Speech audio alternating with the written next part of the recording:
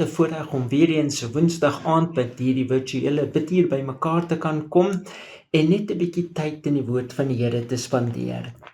Ek wil graag begin deur vir u hierdie baie bekende gedeelte te lees in Jesegiel 36 vers 26 wat sê: En ek sal julle 'n nuwe hart gee en 'n nuwe gees in julle binneste gee. En ek sal die hart van klip uit julle vlees wegneem en julle 'n hart van vlees gee. Nou, ek lees die verhaal van 'n sekere ou oom wat 'n baie swak hart gehad het, wat hom natuurlik baie opgekuil het. En die enigste oplossing vir sy probleem was 'n hartoortplanting. En omdat hy nog redelik gesond en sterk was, behalwe vir die hart natuurlik, is hy op die waglys geplaas vir 'n hartoortplanting, sodra 'n geskikte skenkerhart gevind kon word. Sy familie en selfs sy kleinkinders het elke aand vir hom gebid, dat indien dit God se wil vir hom sou wees, daar spoedig vir hom 'n hart sou kom. Toe gebeur dit, maar nie op die wyse wat enige iemand sou kon raai of wou hê nie. Sy kleinkind was 'n aktiewe tiener wat baie daarvan gehou het om saam met sy vriende motorfiets te ry. Nou, hy was baie lief vir sy oupa en het elke dag gebid vir 'n nuwe hart vir sy oupa. Maar meer as om net te bid, het hy sy vriende aangemoedig om soos hy 'n orgaanskenker te word. Maar tot almal se skok het hy kort daarna die antwoord op sy eie gebed geword. Hy was in 'n vreeslike motorfietsongeluk betrokke. Teen die tyd dat die ambulans by die hospitaal opgedaag het, was hy reeds breindood verklaar, maar sy hart het nog steeds geklop. Instinktief het sy ouers geweet wat om te doen, voor alles finaal sou wees.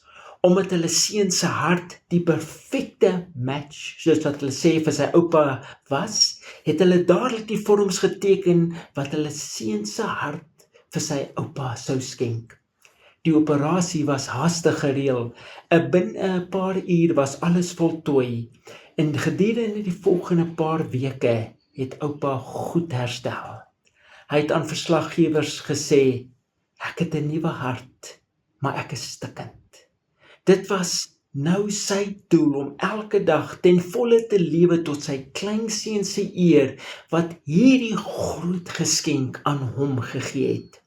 As ek hierdie lewe opmors, sal my kleinkind se geskenk verniet gewees het hy gesê. En skielik het hierdie woorde my vasgevat.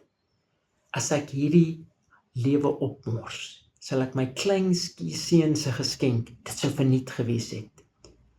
Nou dink daaraan, Jesus het gesterf, sodat jy en ek in werklikheid vir ewig kan lewe. Hy het sy lewe neergelê op die wrede kruis, sodat jy 'n nuwe hart kan kry, 'n nuwe kans kan kry. Dit is sy geskenk aan jou en my om te aanvaar.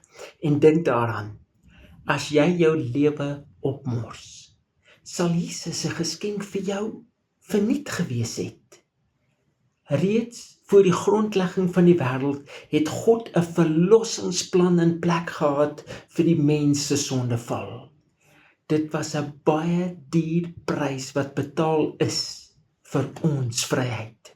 Die vlekkelose seun van God sou met sy lewe vir jou en my sondes betaal. En daarom sê God vir ons in Jesegiel 36 vers 26: En ek sal julle 'n nuwe hart gee en 'n nuwe gees in julle binneste gee. En ek sal die hart van klip uit julle vlees wegneem en julle 'n hart van vlees gee.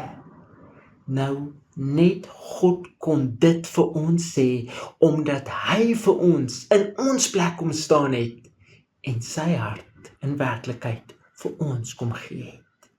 Die onskuldige dra die straf van die skuldige en boet met sy lewe, sodat hy sy hart vir ons kan gee en vir ons, dat ons kan ewig lewe.